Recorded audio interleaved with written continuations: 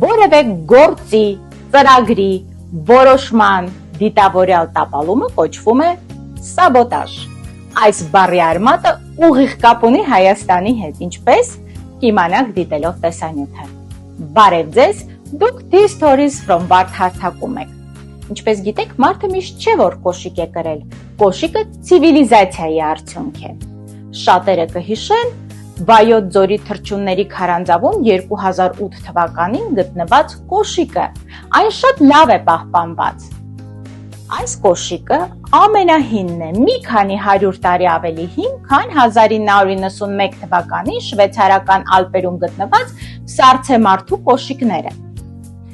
Կոշիկը փոքր չափսի է, ժամանակակից պատկերացմամբ 37 համարի։ Մի օր առանձին հաղորդում կպատրաստեմ, որտեղ կներկայացնեմ, թե հին աշխարհում ինչու էին արքայական համարվում փոքր չափերի ոտնամանները։ Женские туфли хочу. 3 штуки. Размер 42, 43, 45. Մեր հայկական կոշիկը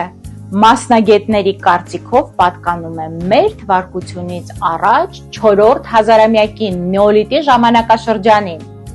Կոշիկի մեջ լցված է խոտ։ Ըստ երևույթին դա արել են, որպեսզի պահպանեն կոշիկի ձևը։ Այն փաստը, որ ոտնամանը կարված է ամբողջական կովի կաշվիճ եւ չունի պլատֆորմ, հիմք են տալիս ենթադրել, որ այն պատկանել է թագուհու կամ ազնվական կնոջ։ Ի տարբերություն մեր կոշիկի,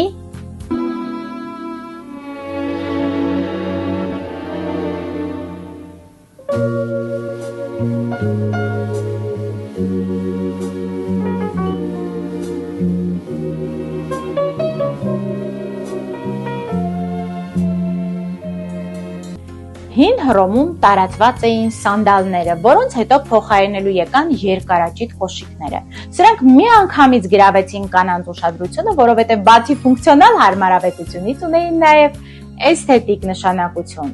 Սակայն հռոմեացիների կողմից նորաձևության աշխարհում մեծ հեղափոխություն էր այսօր մեզ ծանոթ զույգ կոշիկների ստեղծումը, որոնց համար պիտի շնորհակալ լինենք հենց իրենց։ Հին հրեաները կոշիկները կարում էին կաշվից, մորթուց, փայտից։ Փայտե կոշիկների մասին տեսանյութում ինտրիգ կա, դիտեք եւ կիմանաք այդ մասին։ Հին հրեաներին է պատկանում կրունկներով կոշիկների ստեղծման գաղափարը, որոնք առանձնանում էին շքեղությամբ։ Կրունկների մեջ պահում էին օծանելիք եւ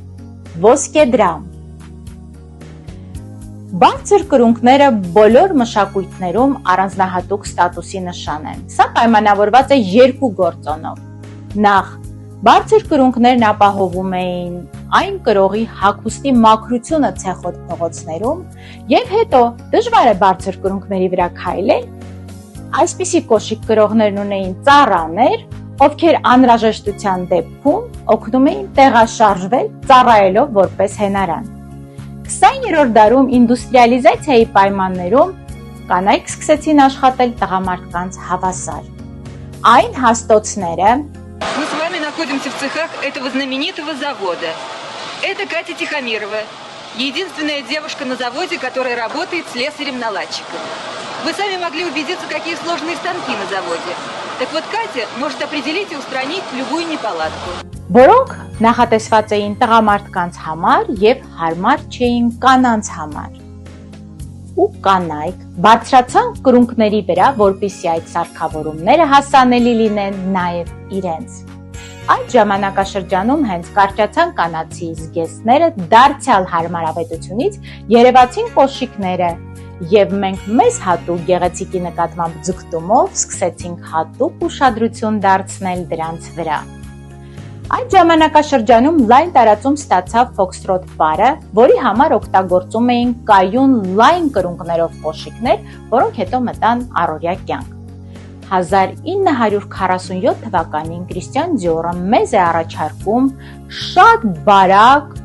բարձր կրունկներով կոշիկներ, շպիլկաներ, որոնք նորաձևության աշխարհում կրում են իտալական ստիլետտո անվանումը։ Ժողովրդի մեջ դրանց սուր դանակ են ասում։ Բավական է նշել, որ 1950-ական թվականներին նման կոշիկներով կանանց թույլ չէին տալիս նստել ինքնաթիռ։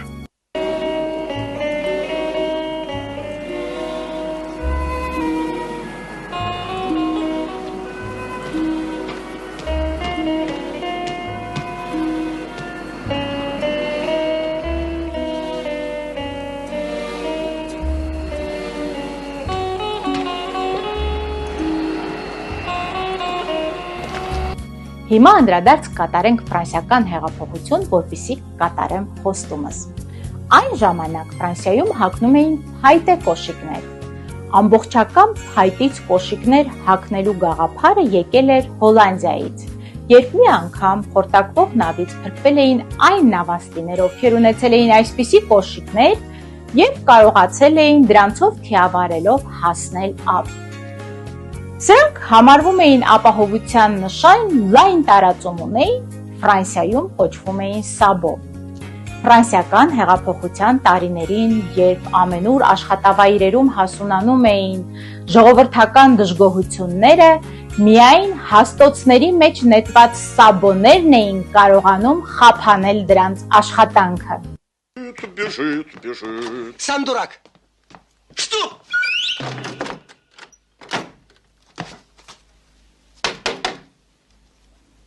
Почем опиум для народа? Այստեղից առաջացավ սաբոտաժ անվանումը։